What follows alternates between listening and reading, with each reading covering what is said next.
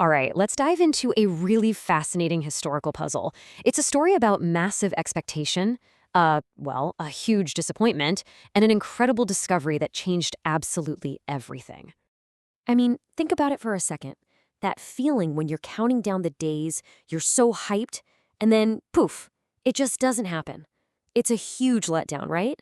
Well, imagine that feeling, but magnify it by like 1,000. In the year 1844, a whole bunch of people were completely convinced the world was about to end. And when it didn't, they weren't just disappointed, they were totally bewildered. They had a massive mystery on their hands, and they basically had to become detectives to figure it out. Okay, so our story kicks off with a single, really powerful clue, an ancient prophecy that seemed to point to a very, very specific time. This right here, this was the verse at the heart of it all. For these believers, this wasn't just some old text. It was like a divine timetable. They figured if they could just decode 2,300 days and sanctuary cleansed, they'd know exactly what was coming. So how in the world did they get from 2,300 days to the year 1844? Well, they believed they found a kind of secret decoder key in the Bible, a principle that said in prophecies like this one day actually equals one literal year. So they weren't looking at just 2,300 days. They were looking at a 2,300 times year timeline. They found a starting point in history, a king's decree back in 457 BC. And from there, they just did the math. And what was crazy is that the timeline seemed to perfectly line up with other major events. The final math brought them smack dab to the year 1844. For them, the numbers were rock solid. And this gets us to the heart of the problem. They put the pieces together and thought, okay, the sanctuary must be the earth, and cleansing it has to mean it will be purified by fire when Christ returns. So when that specific day in 1844 finally rolled around, they waited, and they waited, and nothing happened. This became known as the Great Disappointment. So what do you do when you're sure your math is right, but you get the wrong answer? You've got to go back and look at the clues again, right? And that's exactly what they did. They were so sure about the timeline that 2,300 years ending in 1844 just seemed unshakable. So the mistake had to be somewhere else. They started to wonder, what if we misunderstood one of the most important words in the whole prophecy? What if we got the word sanctuary wrong? So they went back to basics, like square one. What is the sanctuary in the Bible? And the very first one you read about was the special, amazing tent that God told Moses to build out in the desert. It was God's literal meeting place with his people.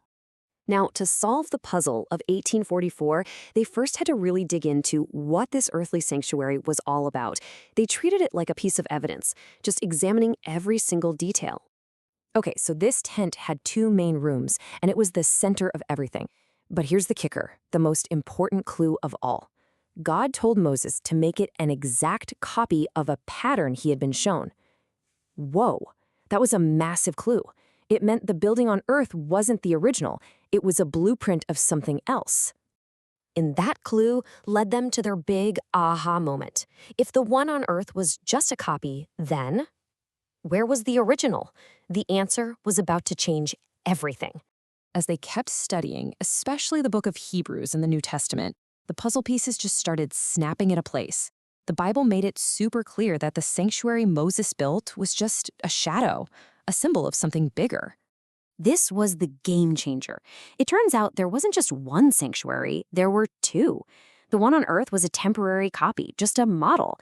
But the real one, the original, was in heaven, and Christ himself was serving there as the high priest. All of a sudden, it made sense.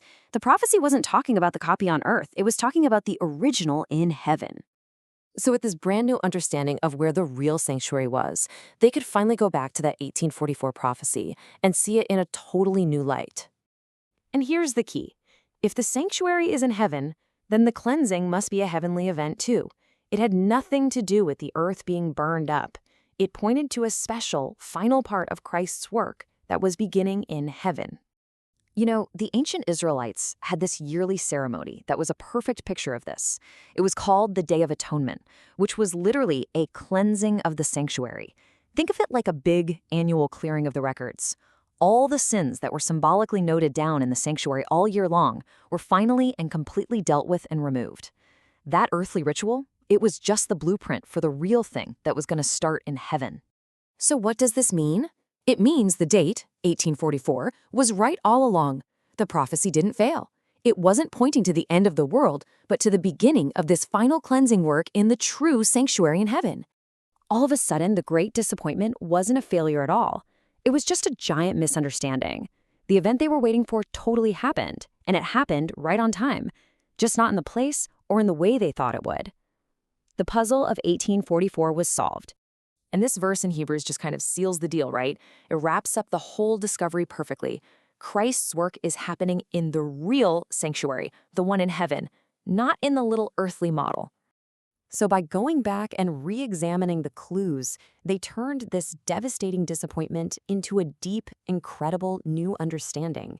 But it leaves us with one last question to think about. If this heavenly cleanup of the records started way back in 1844, what does that mean for us, living right now?